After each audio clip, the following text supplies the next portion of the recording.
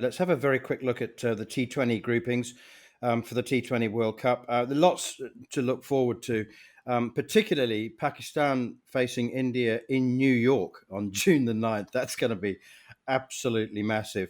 But look, the top two seeds in the four groups, and it's five teams in each group. So Group A, India, Pakistan, Ireland, Canada, USA. No surprises there, I don't think. England and Australia in Group B, with Namibia, Scotland, and Oman. I'd be very surprised if there's any upsets there.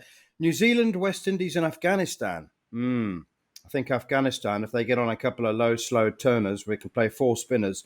I think they might upset the West Indies. I think I can see the West Indies maybe having another disappointing home World Cup. But the obvious upset is clearly going to be the casualty of South Africa in Group D, because they're paired with Sri Lanka and Bangladesh, and the Netherlands, who they always lose to in World Cups. So South Africa are going out early. Yeah, look, there's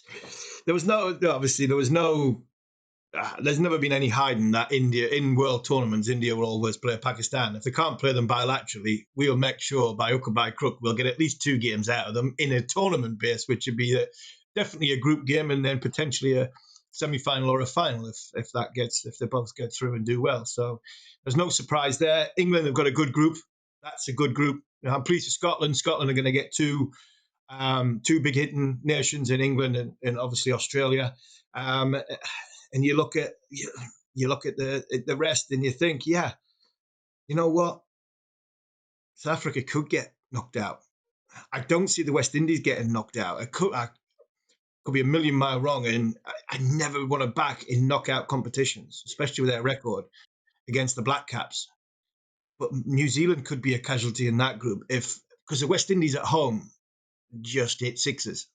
And if the T20 team that turned up against England turn up for the World Cup, they're just going to hit sixes. So even if the Afghanistan turn up with three spinners, four spinners, and it turns, these lads hit it miles out of the park. So that could be the element of New Zealand might just fall short in that group. But I think it's going to be a good tournament. I'm pleased to see a lot of emerging nations in there, and the way it's gone, it doesn't seem to be a massively long tournament.